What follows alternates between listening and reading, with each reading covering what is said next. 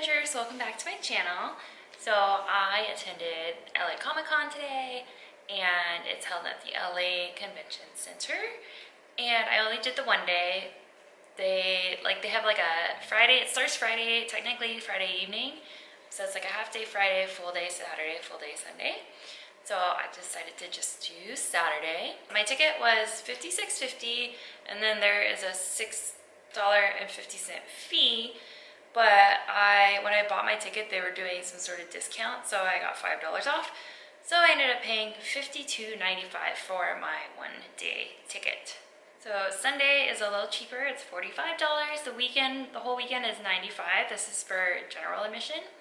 And then there's a VIP pass, which is $279, which you get 30-minute early access, a VIP lounge, and all 3 days entry. And then there's a VVIP, which is $499, where you also get the 30-minute early access, VIP lounge. You get a raised platform for the main stage panels, which would come in handy. You get one premium varsity jacket and one drink in the VIP lounge. There are also tickets for just the after parties that happen. So GA $30, VIP $75.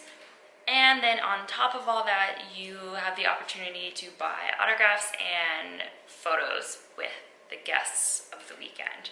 And those range anywhere from, autographs are like $30 and up, and then photo ops start at around $60 and go up to $185.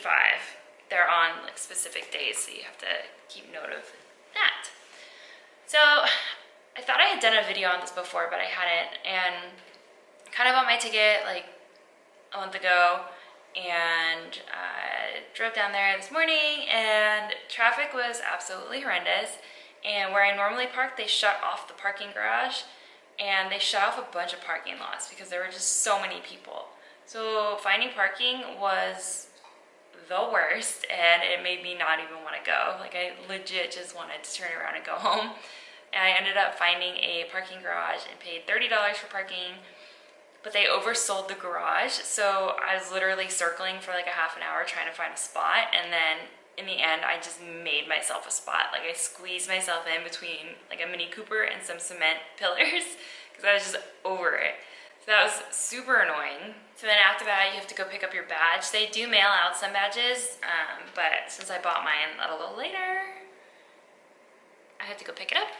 And the badge line was kind of weird too, because it was like they had a bunch of lanes for the lines. So there's no clear direction on like which lane to choose, and then they would just kind of free-for-all it and like call up whoever.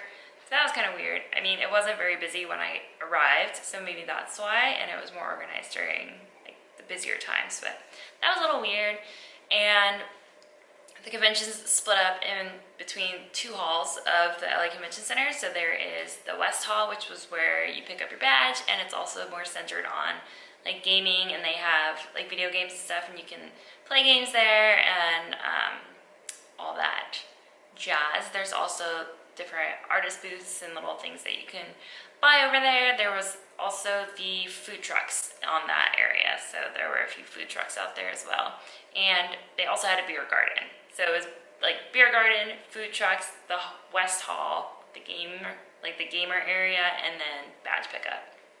So then to go to the main hall, you have to go and walk down this really, really long hallway, and then it's the South Hall, which is where all the exhibitors are and where the main panel is. So what I noticed is that this Comic-Con, I think, is more true to what San Diego Comic-Con used to be back in the day, when it was mostly centered on like comics and art and stuff like that, because there really wasn't a lot of media. Like, there were no like Warner Brother booths or like HBO booths or like anything like that. It was mainly just like small artists and like smaller booths. So that was kind of cool. You could just go around. We walked up and down the aisles, and you could see everything that's for sale and check out all the cool art and trinkets that were available.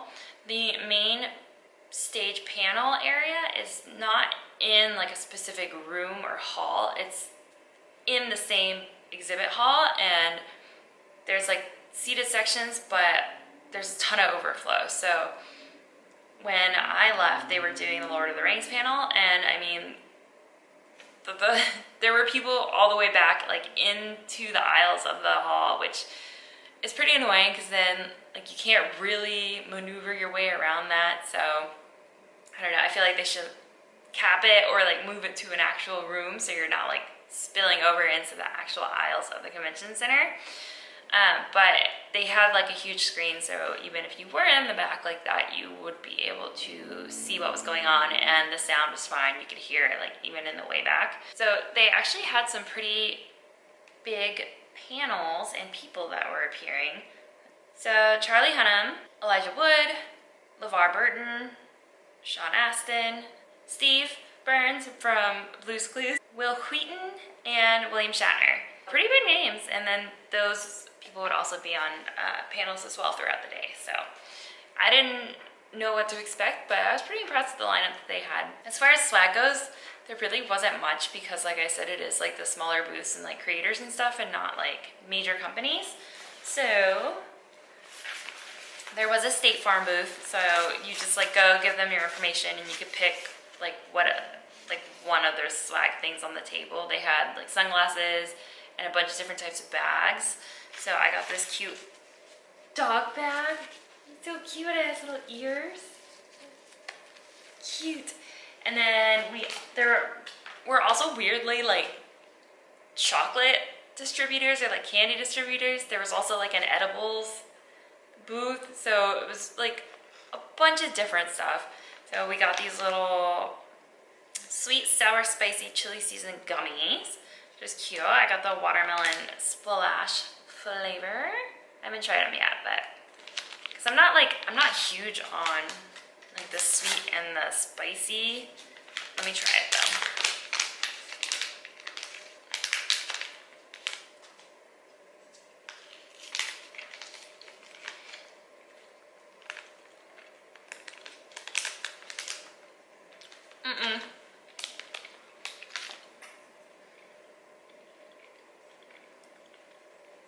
Not for me. Okay, so the actual gummy candy is really good, but the spice is just like not for me. That when you get to the sweet part, that is really good. Oh, okay. And then I saw people walking around with Insomniac tote bags, which they are, I guess, a production company now, and they throw a lot of like EDM festivals and whatnot. I've been going to their events since 2007, which is crazy. So they were randomly there. I stopped by the booth, and same thing, you like sign up with your information and they give you this tote bag, which is really cool. And then inside, there is, oh, there's a bunch of stuff inside. Okay. So there's a water bottle, which, whoa, this is actually really cool. So, water bottle for Beyond Wonderland, which is one of their events. What is this? Oh, and it has a little sippy spout. This is really cool. And it's like texture, it's like a 3D texture. Then what else? They also had flyers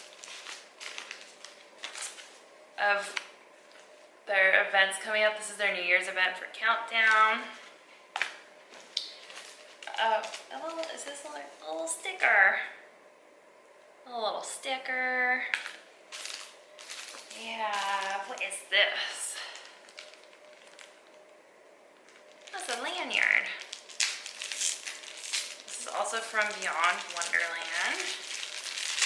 I'm assuming they had stuff from that event that they needed to get rid of. Oh, this is cool. It's an Alice in Wonderland theme event. So here's a little lanyard. And then, what is this? Electric Family bracelets. It's their little Insomniac family bracelet. Yeah. Stretchy. Has like a little guy on it. And then,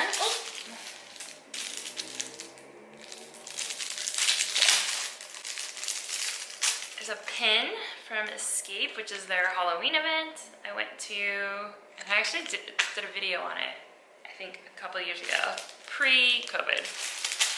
Yeah. Bandana for Nocturnal. It's pretty cool. Nocturnal was actually the first event I went to, Brave, let's call it what it is, that I went to through them. So that's really nostalgic. And then another bandana for Escape. That's cool.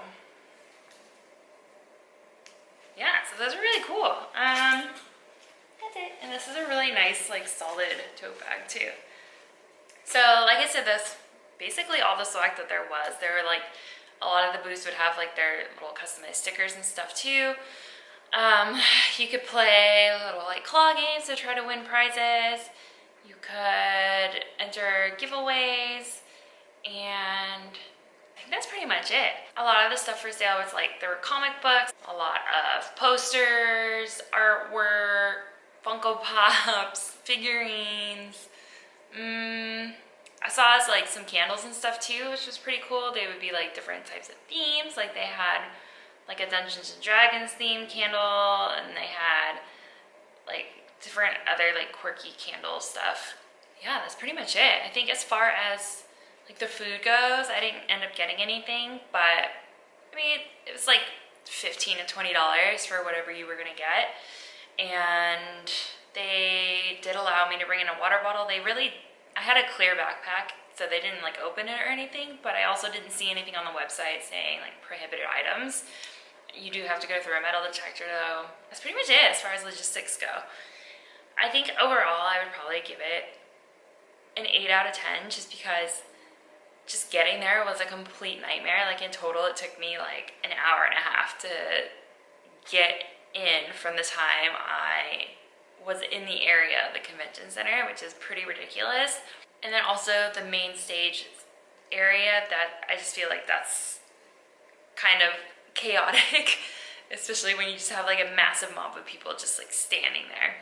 That's pretty much it. So 8 out of 10. And I think that is the last video that I'm going to be doing this year. And I'm excited to see what 2023 brings. And hopefully I can go to even more events next year. Thank you so much for watching, and for watching 2022's videos if you have. If you haven't, go do that. And subscribe, and I will see you on the next one. Bye guys!